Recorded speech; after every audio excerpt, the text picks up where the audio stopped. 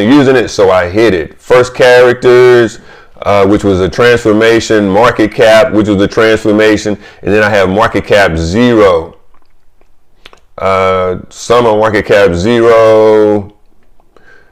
Actually, this one shouldn't be hidden because it appears to be, so I actually created 2 market caps. So I hid the first one because it was a transformation here that wasn't complete, but this is the market cap that is good, which is not hidden because we don't have a line through it.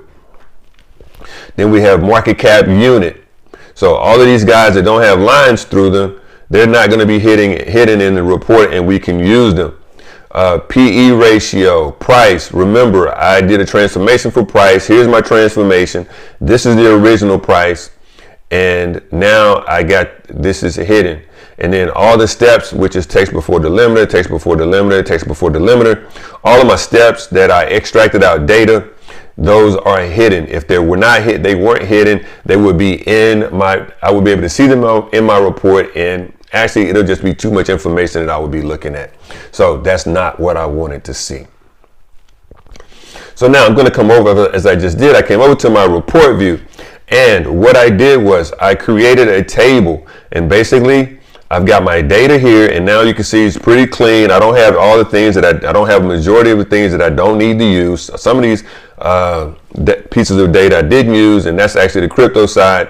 Now, if you look at the stock of pen, you can see now everything that I use in this table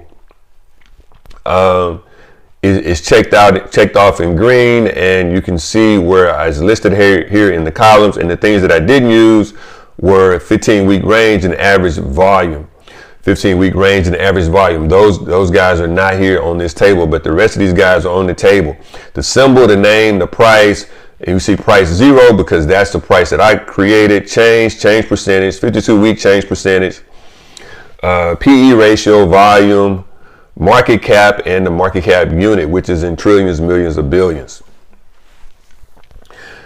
Now, as we look here, it looks like all of this data is all one, but really this is one table where I brought in symbol, name, price, change percentage, 52-week range percentage, PE ratio, volume, market cap, and market cap unit. But over here, we have a slicer. This is not part of this table. We have a slicer. In this slicer, we have all the names inside of the slicer. Well, only names inside of the slicer. So if I select one of the names in the slicer, it's going to show me that information, just that information in the table. If I unclick that name in the slicer, it shows me just that. It shows me all the information in the table. I'm going to come up to search, and I'm going to type Microsoft.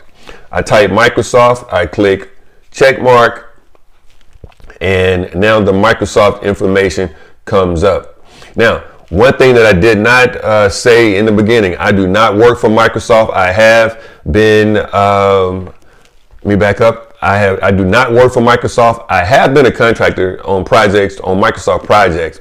I don't get paid to sell Microsoft Power BI. I teach Microsoft Power BI.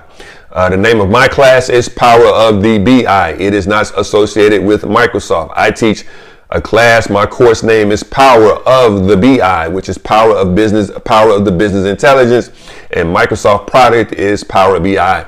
Totally separate, is not the same thing. So I wanted to make sure that I clarified that here in the beginning, because I didn't want anything to be misconstrued. So I'm going to come back into search. I'm going to backspace out Microsoft, and now I see that I have all the names here. If I click on Apple, I'm going to get only the Apple information. So what a slicer does is a slicer allows us to select a particular entity, and it will show us, we could turn off how it interacts with other visuals, but here we have two visuals. We have a slicer visual and we have a table visual. Now, the way that this table is set up, the way that I did the table was I brought in, again, just want to make sure you understand. I know I'm repeating some things, but for some people, they're like, hey, can you repeat that? And some like, well, I get it. In this table, we have the symbol, the name, the price, the change percentage, 52-week percentage, P ratio, volume, market cap, and market cap unit. And those are going across, those are the columns in the table, and they're going across the top of the table in the order in which they are shown here. Now, you can see that I have data bars inside the table. And basically what the data bars are showing me is I added this conditional formatting myself. So this may not be what you would see on your particular reports. When you create a report and you create your own data bars, they don't have to be red, they don't have to be green, they can be any color that you want. They don't. And if you have a data set coming that's associated with another organization, it may not be showing red and green when it comes to the positive and negative as the percent change and 52-week change percentage. The reason why I wanted to do this is because if I was creating this report for an investment firm or financial firm or a group of investors or whomever, I think that one thing that they would want to see is, how well is one particular stock doing. Now, again, this is not a class on investing stock. This is a class on analyzing stock using Power BI under the assumption of the person that you are reporting to is looking at this particular report and you're trying to give them the best information possible.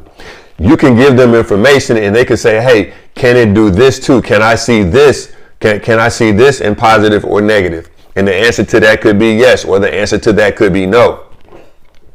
But in this particular case, we are we are showing this report where we've created this report for our manager or the company that we're contracting for, and the data that we're showing, and we're saying, hey, this is a way that I think we can identify a good stock or a bad stock. For instance, here the way I have the conditional formatting set is red is negative and green is positive. So the change percentage, if I look at, I want to see which companies or which stocks have the greater change percentage. So I'm going to highlight the column of change percentage. And as I see now, everything has come up red. Well, these are the companies that have a very low change percentage. So I'm going to reverse the order. And now I see the companies that have high change percentages. Now, I am not going to call these companies out because I don't want anyone to say that, hey, I am indicating that this is a good stock or a bad stock.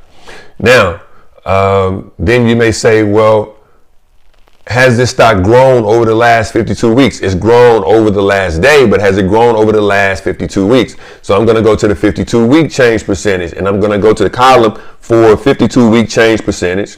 And I am going to look at the order. And again, I got the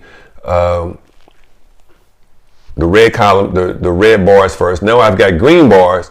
So now it's showing me the companies that have the highest 52-week change percentage, which means the highest growth over 52 weeks. If I look at the change, just the regular change percentage, it's going to show me the greatest change percentage over the last 24 hours, or the last trading day. But if I look at the last 52 weeks, I can see the highest change percentage over the last 52 weeks. Then you say, hey, well, how can I look at the change percentage and compare it to the change percentage compared to the 52-week change percentage? Well, here we can see that we've got some that have a high 52-week percentage, but a low day percentage.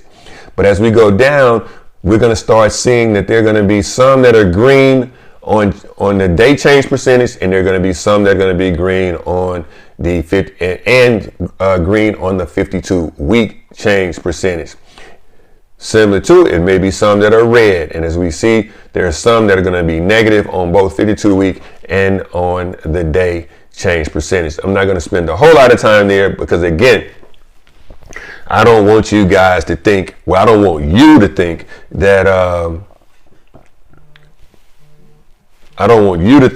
that we are giving information on